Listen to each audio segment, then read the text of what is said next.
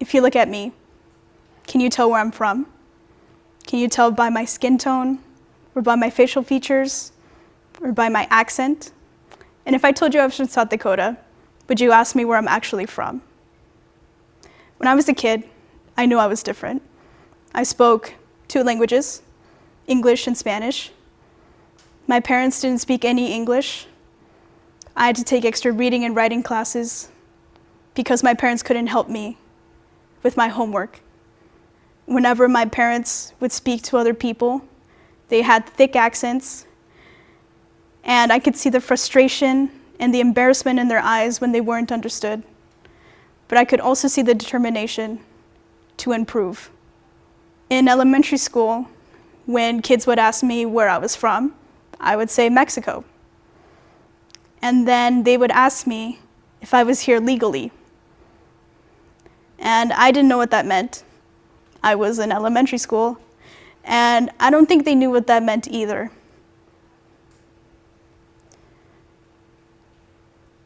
I eventually did get to know what illegal immigration was, and I asked my parents, am I illegal? And they looked at me, and with the sad tone in their voice, they said, yes. And that conversation put me in a depression state when I was 7 years old. I would remember riding in the car with my parents, just going to the grocery store. And then we would see a police car drive by, and I felt the oxygen escape from my body and my heart drop.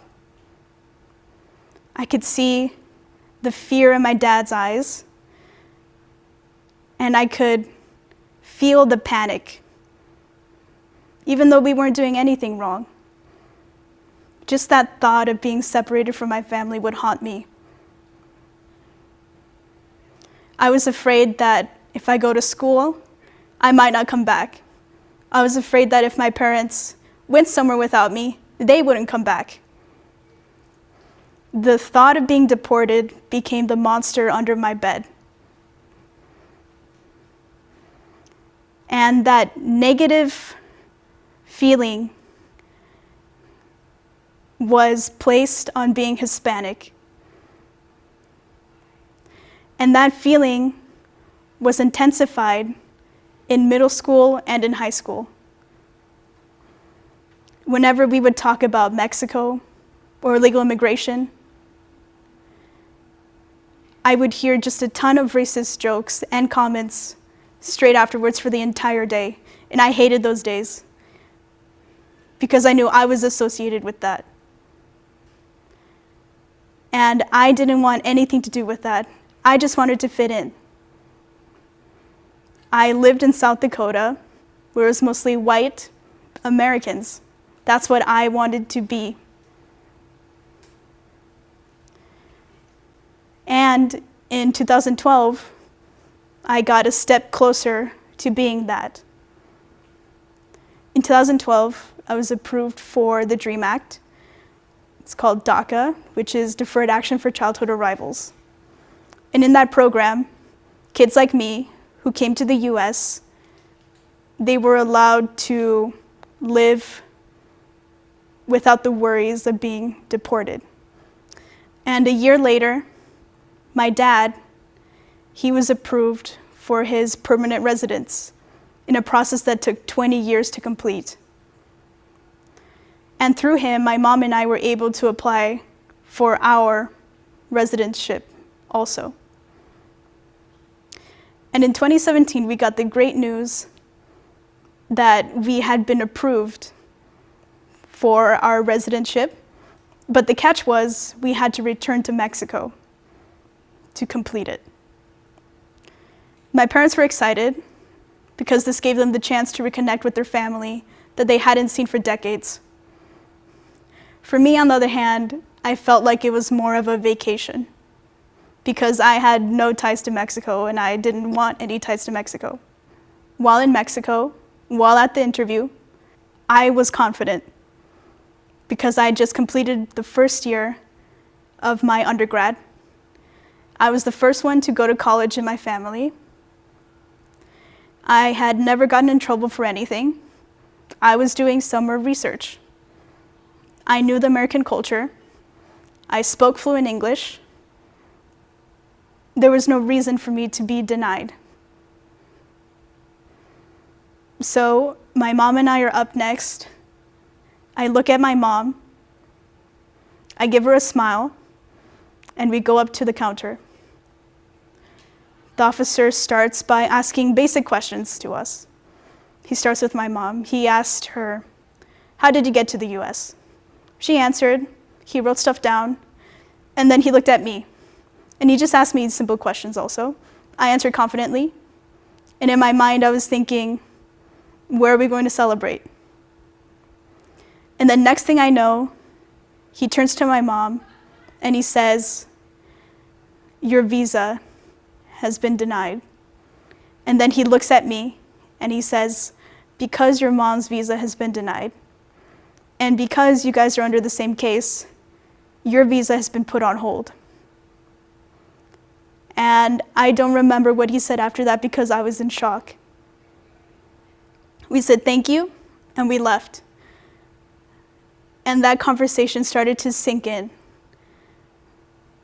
I started to realize that I couldn't return home. I had to stay in the country I knew nothing about, looking out from the border town and seeing the US on the other side. And I remember thinking, why can't I go back? And it took 7 months for me to return. And in the beginning of the 7 months, I was completely depressed because my friends, my job, my school, my dogs were back home. Throughout that time, one song continued to play in my head, and that song was "In the End" by Linkin Park. The lyrics, I tried so hard, and I got so far, but in the end, it didn't even matter. I tried so hard, and I got so far to being American, but in the end, it didn't even matter. Look at where I was. But time heals all wounds, right? And the longer I stayed in Mexico, the more I realized how disconnected I was from everything, from my family, from my roots. I wanted that connection again. So my Spanish started to improve. I started to hang out with my cousins more. I started to connect with my family more.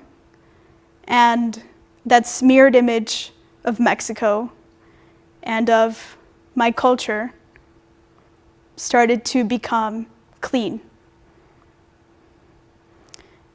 And at the end of those 7 months, when I returned to the US, I felt like I was 7 again.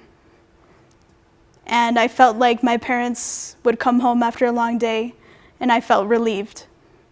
I felt relieved to be back home.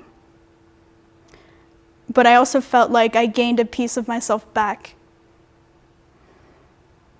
The songs that I hated when my parents played, I now play in the lab while I'm working. The food that I mispronounced on purpose, I now cook for my friends. And the language that I tried so hard to avoid, I'm trying to learn again.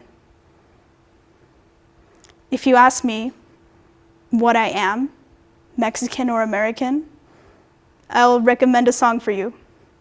And that song is "What I Am" by Eddie Brickell and New Bohemians. And those lyrics go, "What I am is what I am. Are you what you are or what?